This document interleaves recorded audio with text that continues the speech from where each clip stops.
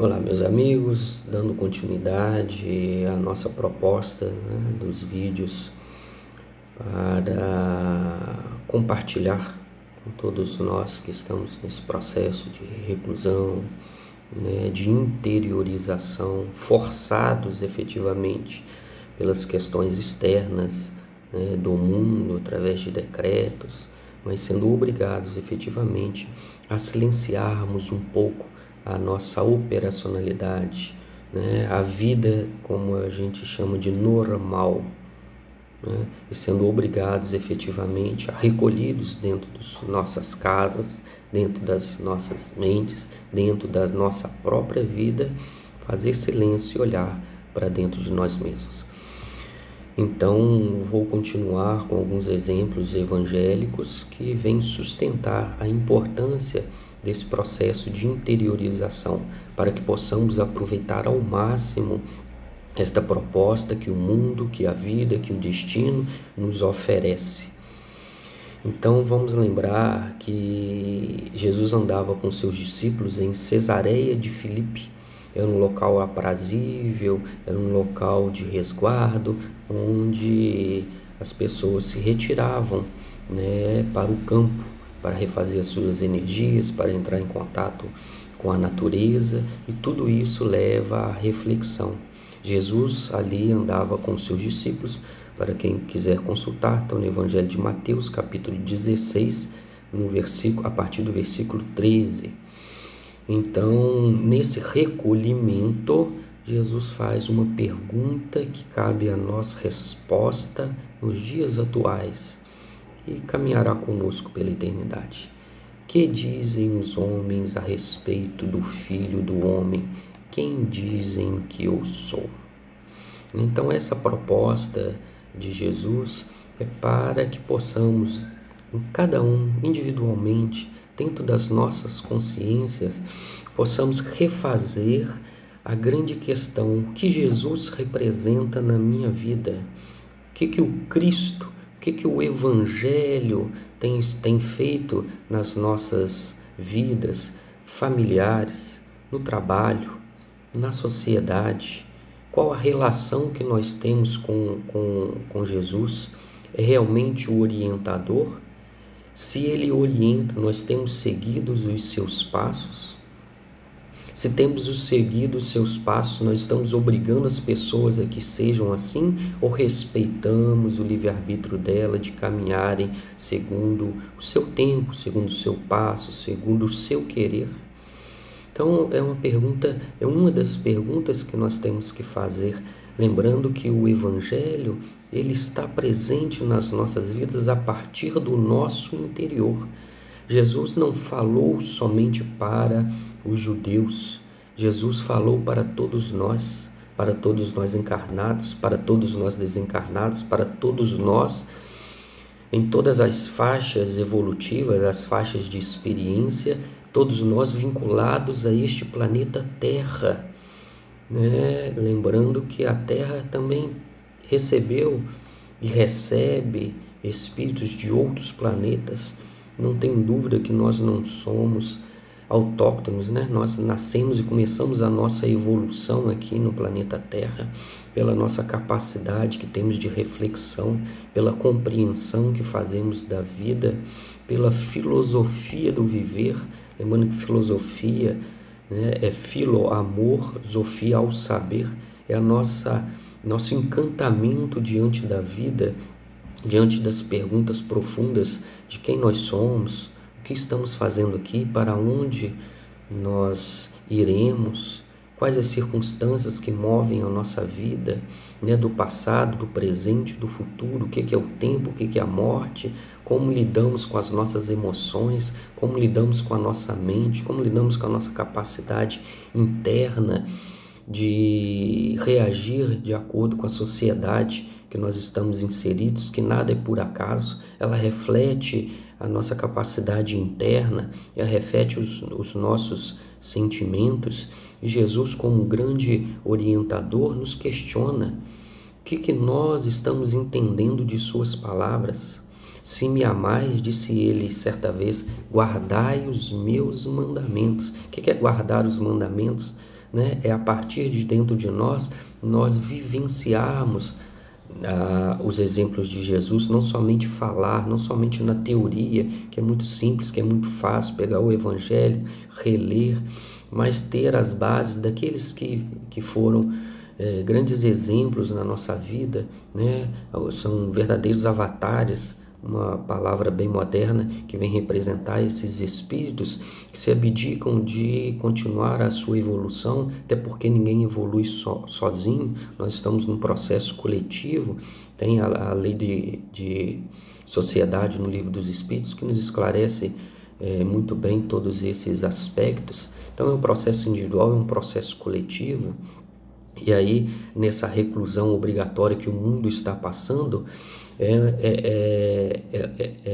um exemplo para todo mundo e para nós individualmente, porque muitos de nós vamos aproveitar esses instantes para refletir, para repensar processos, para repensar vínculos com a matéria, com os desejos, com as nossas sombras que ainda temos dentro de nós e que a vida está trazendo para fora, está revelando. E isso acontece quando nós ficamos em silêncio, o silêncio obrigatório da reclusão dos nossos lares, das nossas mentes, das nossas casas mentais, como nos ensinou André Luiz em sua obra de psicografia de Chico Xavier. Então, qual é a nossa relação? O que dizem os homens a respeito do Filho do Homem? Quem dizem que eu sou? Nós não podemos avançar se não parar para refletir, se não deixarmos a poeira baixar, deixarmos a água ficar paralisada em silêncio para refletir efetivamente tudo aquilo que nós temos dentro de nós. Mas não queremos ver. A realidade muitas vezes é dura, mas é imprescindível que isso aconteça, que esse vaso do nosso coração precisa ser limpo.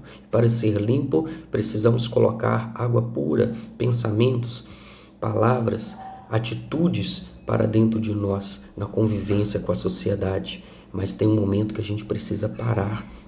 Santo Agostinho deixa isso claro na questão 919A do Livro dos Espíritos, e a gente sabe de cor e salteado todos esses preceitos, mas agora a vida está nos obrigando a parar efetivamente, a pensar, a refletir, a ouvir o grito do Espírito que nós somos na essência, luz, vibrando através das camadas do perispírito até chegar à nossa consciência atual, para que essa aquisição, a aquisição do reino de Deus, a aquisição da paz, ela seja natural, ela não é obrigatória.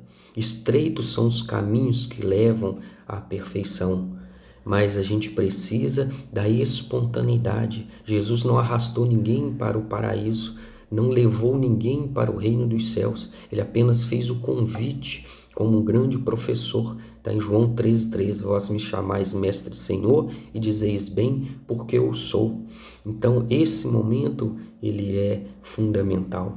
Lembramos também a Saulo de Tarso, né, que encontrou com Jesus na estrada de Damasco, mas ele teve uma peculiaridade, né? Ele ficou 3 anos no deserto de Dan, refletindo sobre Jesus, porque essa pergunta, quem dizem os homens a respeito do homem, também coube a Saulo de Tarso, que via nele alguém que atravancava a sua vida, os seus desejos, que estava entre ele e aquilo que ele almejava e aquilo que ele planejava para a sua vida material, se esquecendo de que ele era um espírito eterno, que ele havia tido outras reencarnações, outras experiências, mas aqui na Terra, o André Luiz fala isso e é muito interessante, né? A primeira prova é estar na carne, porque ela oblitera o nosso vigor, a nossa lucidez enquanto espírito, a nossa vontade de evoluir, de crescer, de desenvolver, e nós somos envolvidos pela matéria, pelas leis que regem a matéria, e nós estamos aqui para vencê-las. Isso aconteceu com Saulo. Então, quando ele encontrou Jesus, ele pergunta: quem tu és? Ele diz: sou aquele Jesus, aquele que tu persegues, né? Quando ele levantou, ele continuou na sua caminhada até Damasco, mas vamos adiantar a história. Quando ele vai para o deserto de Dan, ele fica lá 3 anos junto com Prisca e Áquila, que eram também cristãos. Vamos imaginar o que ele fazia no deserto, além de tecer, né? Porque ele era um tecelão, e aí lá eles tinham uma cabana específica para isso, né? Tecia lá provavelmente colchas e tapetes, né? E propriamente outras cabanas. O que Saulo fez durante 3 anos? Nós estamos falando agora de quarentena. E não necessariamente a quarentena significa 40 dias. Significa 1 semana, 2 semanas, não sabemos. Mas uma reclusão por um pequeno espaço. Ele não ficou, ele ficou 3 anos, mais de 900 dias seguidos, sem participar de nenhum movimento social, sem encontrar com seus familiares, sem encontrar com aqueles que eram seus amigos, sua referência, apenas com Prisca e Áquila. Vamos parar a pensar que é terminar o trabalho da tarde, se assentar, olhar para o céu, um silêncio profundo, barulho quiçá do vento, não tinha árvores naquele espaço, é deserto.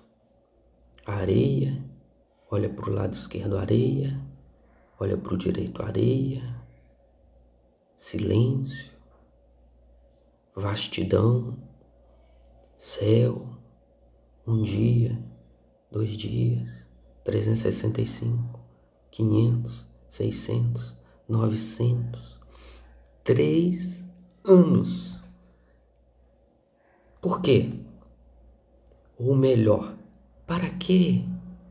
Para que fortificasse, para que sedimentasse, para que ele deixasse acalmar o seu ego, a sua personalidade de Saulo, e pudesse então emergir o espírito de Saulo, né? Que nem tinha um nome, o espírito não tem nome, de todas as suas vivências, da plenitude do ser. 1 dia, 2 dias, pois depois disso ele retorna para Jerusalém, mas também não virou o pregador, o escritor, o exemplo que nós temos hoje.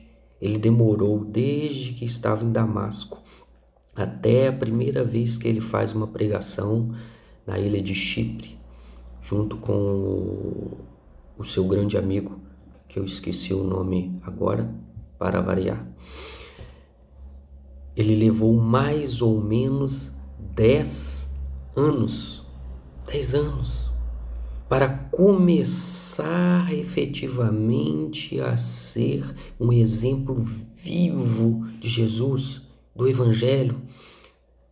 Aí, a partir daí, a sua palavra teve peso, porque teve preparo, porque teve silêncio, porque teve um momento de parar.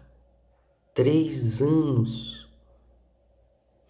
E vou dar um outro pequeno exemplo, que é Francisco de Assis, que desde que ele voltou de Spoleto, quando ele estava indo para a guerra defender o Papa contra o imperador Barba-Roxa, ele teve um diálogo com a voz que perguntava: para onde você vai, Francisco? Ele disse: defender o Papa. E a voz disse: quem pode mais, o servo ou o Senhor? Ele disse: lógico que é o Senhor. E a voz retruca: então por que você está seguindo o servo? E ele faz a pergunta: então o que devo fazer? Ele fala: volta para casa. Desde o momento em que ele volta para Assis até aquele ponto conhecido da Praça de Santa Maria Maior, onde ele entrega as suas roupas, onde ele abre mão da sua família, do seu nome, dos seus amigos, da vida social, do normal, do dinheiro, da sua fama, porque ele era famoso, dos seus amigos, das farras, de tudo que ele tinha materialmente foram 3 anos. O que ele fez durante esses 3 anos?